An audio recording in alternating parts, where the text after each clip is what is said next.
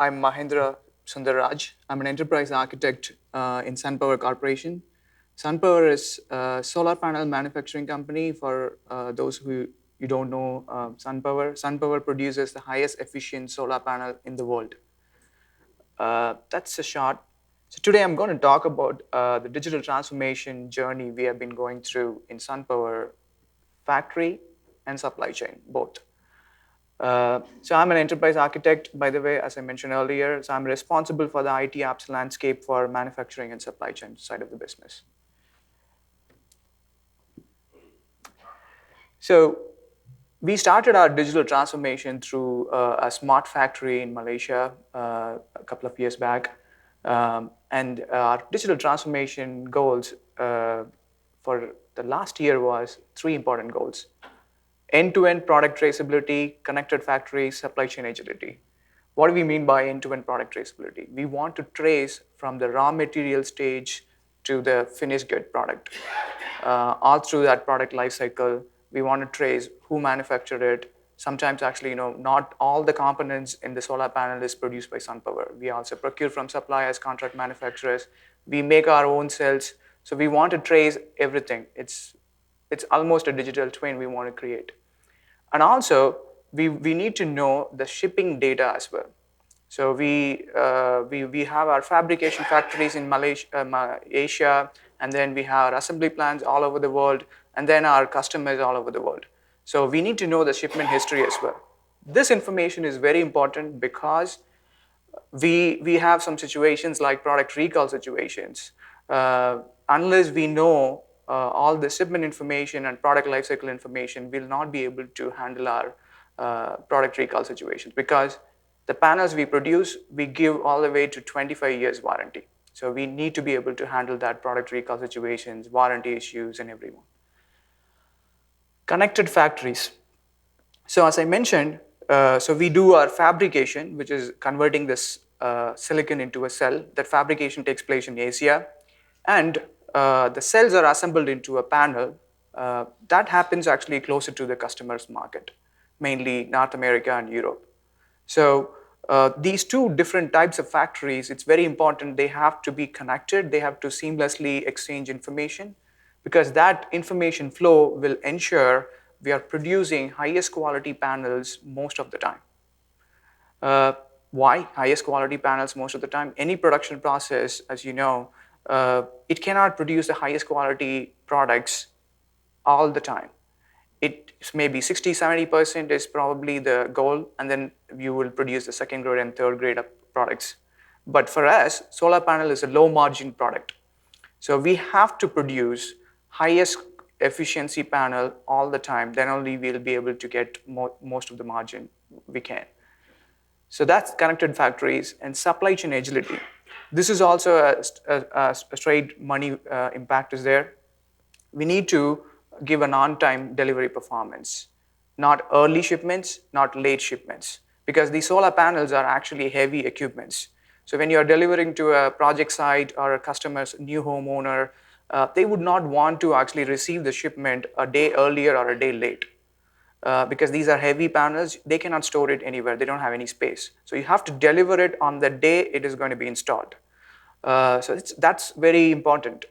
If we don't do that, who will bear the cost? The inventory cost will, we have to take that. So that will eat into our margin. So it's very important to have that supply chain agility.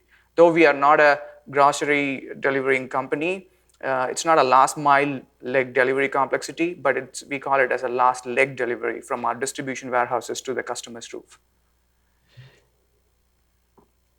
And the technology architecture design goes, this design.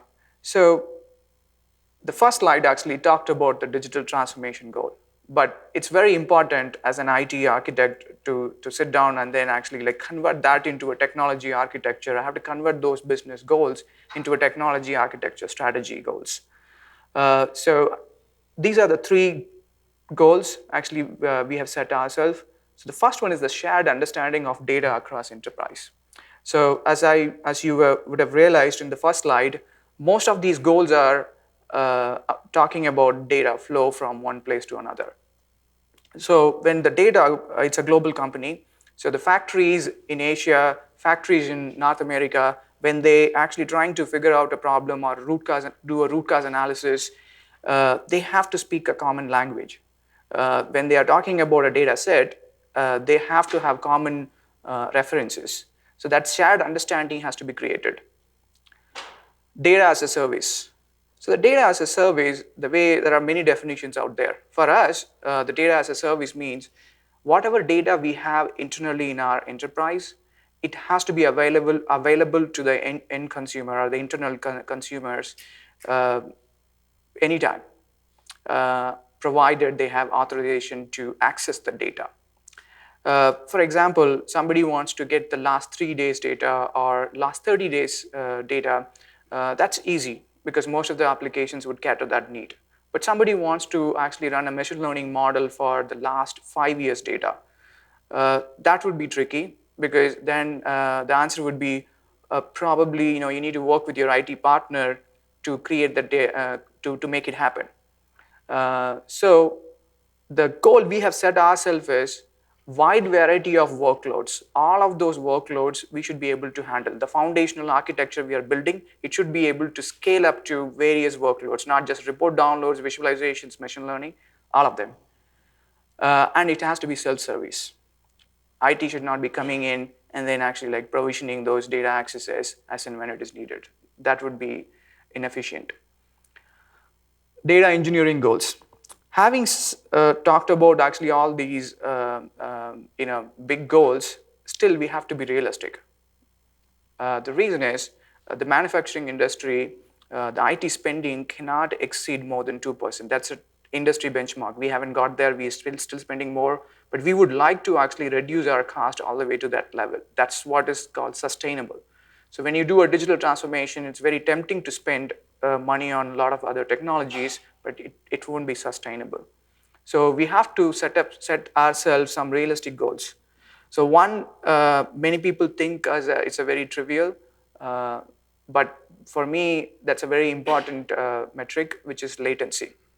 So when you are moving the data from place A to place B, what is your latency goal? We need to have multiple discussion with business to arrive at what is practically possible, what is sustainable for us. Because when somebody says, I want the data to be replicated every 5 minutes, and another person says, I want that data to be replicated once in a day. So if I set myself to create a data pipeline for these two different use cases, the batch model, which is like once in a day replication, I would be able to do it with few hundreds of dollars.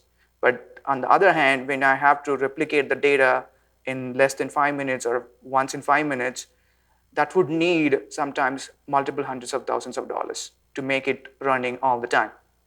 So it's very important to understand the latency has a direct money impact. So we have to get detailed. We cannot actually stay in the 50,000 feet level and decide how it's going to work. So that was done as well. So the next two slides are going to show the architecture of what we have, the IT application landscape, 50,000 feet level, not detailed, but two different viewpoints. So this is one viewpoint where we have three building blocks: edge, industrial network, and private and public cloud. Very typical. You would see it in any company.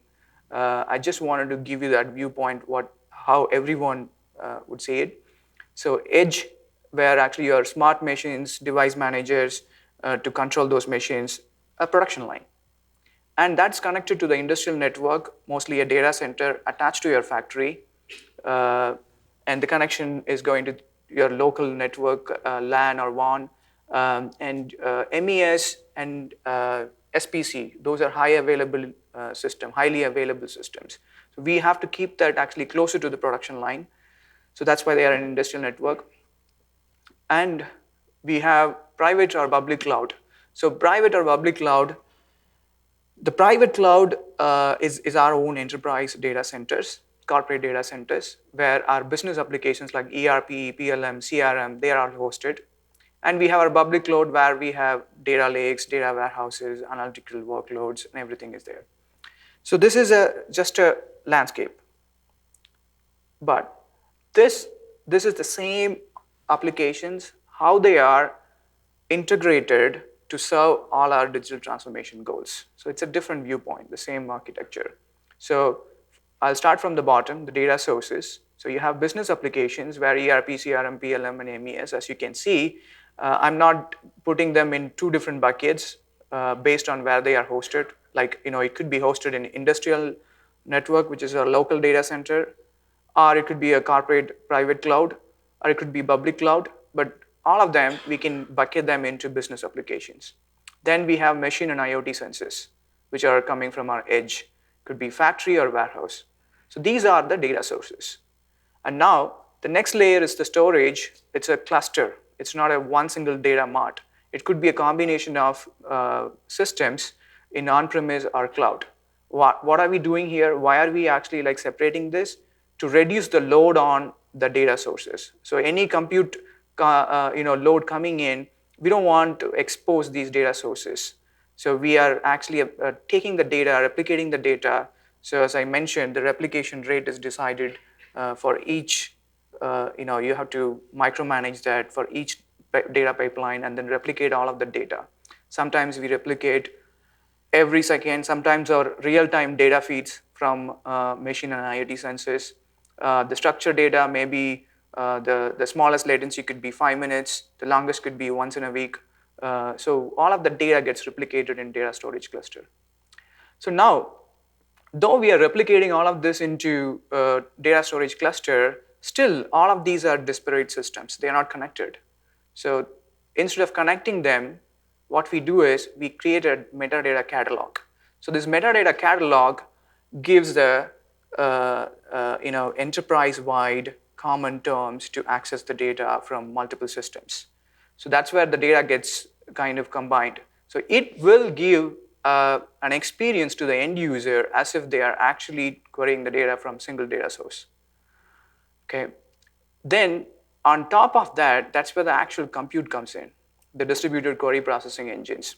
So it's a generic term, but actually it's a cluster of computers again. So they can scale up and down as and when the demand comes. So as you can see, we broadly classify these compute workloads into 4 buckets, like mobile applications or web applications, which are catered through an API gateway. And we have a data visualization tool like ClickView or any dashboards or operational dashboards. And you have machine learning platforms where data science engineers, they want to run their own Jupyter notebook or very high complexity workloads. So, but if you see the pattern here, these are highly available because most of the time they're up. The downtime availability is always measured. So we need to reserve the compute capacity always available to them. But when it comes to these two, data visualization, maybe in the data, you will be able to find some seasonal patterns, like only on the working days, only during the daytime, you would have a lot of compute demand coming from these workloads. But machine learning platforms, it won't be usual.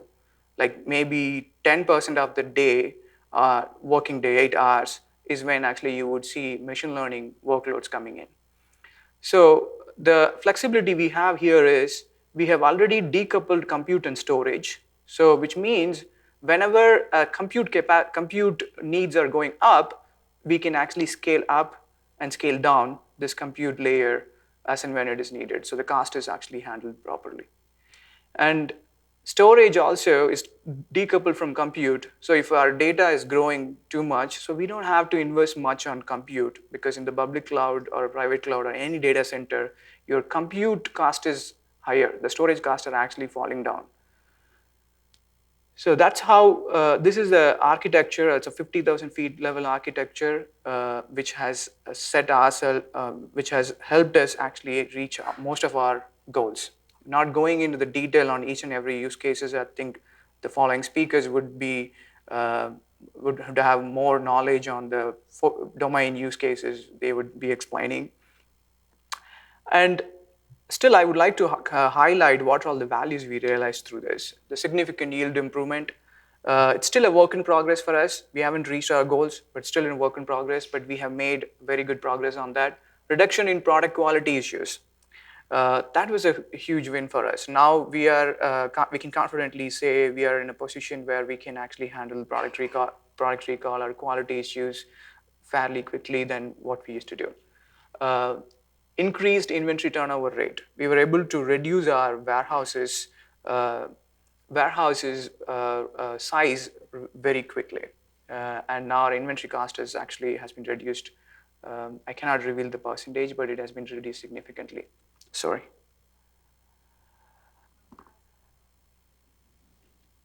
I think I pressed too soon. Okay, the last point I missed was actually the sustainable architecture. The decks are anyways available. That was the last slide.